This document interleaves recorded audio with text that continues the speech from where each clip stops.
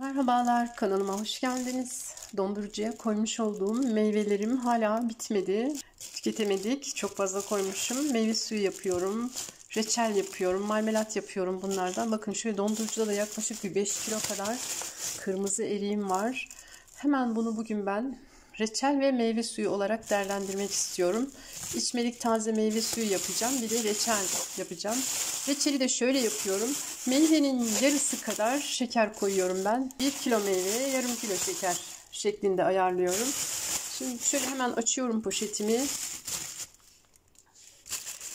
Meyvelerin üzerinde şu şekilde karlanmalar oluşmuş.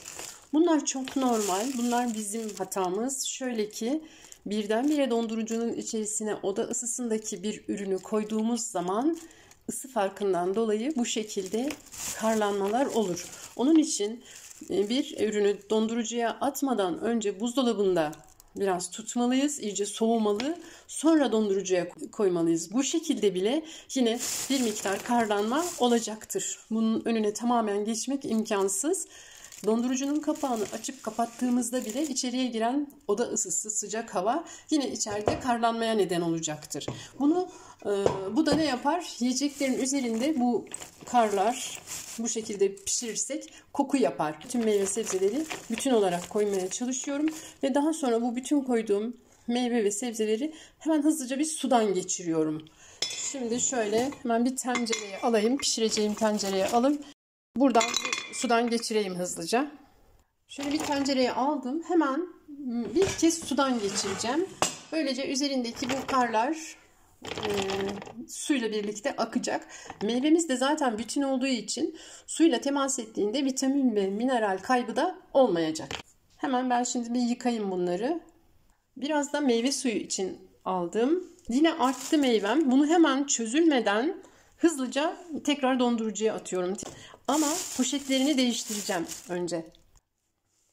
Şimdi artan meyvemin poşetini değiştirdim. Bakın ne kadar çok kar var içinde. Dondurucudan çıkardığımız ürünü mutlaka poşetini değiştirmeliyiz, tamamını bitiremeyeceksek. Tekrar bu poşetle dondurucuya koyduğumuz zaman ürünün içinde çok kötü koku oluşur. Hemen şöyle temiz bir poşete koydum. Çözdürmeden çok hızlı hareket etmem gerekiyor. Video çektiğim için biraz süre uzadı. Normalde 15-20 saniye içinde hemen ürünü alıp tekrar dondurucuya atıyorum. Hemen hiç bekletmeden yine hızlı bir şekilde bunları sudan geçirmem gerekiyor. Eğer bu karlar bunun üzerinde erirse, bu şekilde çözülürse yine dondurucu kokusunu çok kötü bir şekilde alırız. Dondurucu kokusu yiyeceğimizin üzerinde olur. Onun için hemen sudan geçiriyorum. Şöyle hızlıca sudan geçirdim. Hemen alıyorum suyun içinde. Bu suyun içinde beklememesi gerekiyor. Çok hızlı olmalıyız bu aşamada. Yoksa yine o karların olduğu kötü koku, dondurucu kokusu yiyeceğimizin üzerine geçebilir. Hemen ikincisini de sudan geçiriyorum. Hemen şöyle karların erimesi gerekiyor üzerinden. Onları temizleyerek tencereme alıyorum. Birazcık daha su akıtayım.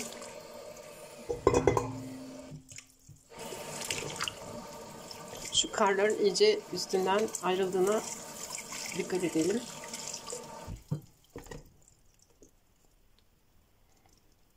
Şunlar iyice ayrılsın, iyice yapışmışlar. Şöyle kontrol ederek alalım.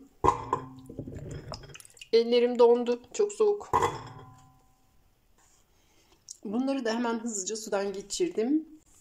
Bu suları kesinlikle dökmüyoruz. Bunlarla tuvaleti temizleyebiliriz.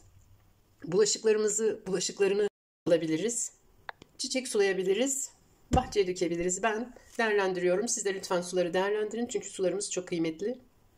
Şöyle güzelce yıkadım. Şimdi şöyle bir tane alın. Ben de alıyorum. Bakın üzerinde buz tutuyor ama bu meyvenin içi hala buz olduğu için yıkadığımız suda üstünde buz tutuyor. Bu sorun değil. Artık bu koku yapmaz. Şimdi artık bu aşamada hiç bekletmeden hızlıca meyveyi ocağa koymak istiyorum. Şimdi şöyle bir tane alıyorum elime ve kokluyorum. Tadına bakıyorum. İstediğiniz kadar alın, şöyle koklayın. Mis gibi kokuyor. İnanın hiç dondurucu kokusu yok. Bir tanesini şöyle hemen tadına bakmak istiyorum dondurucu kokusu var mı diye.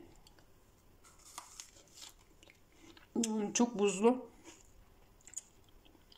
Dondurucu kokusu yok.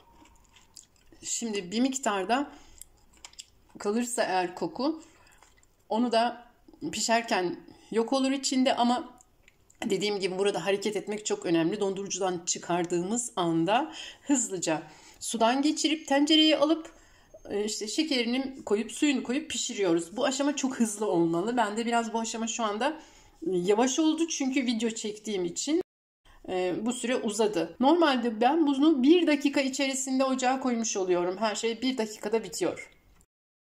Deneyeceklere kolay gelsin. Yiyeceklerimizi doğru saklayalım, sağlıklı tüketelim. Afiyet şifalar olsun. Hoşça kalın.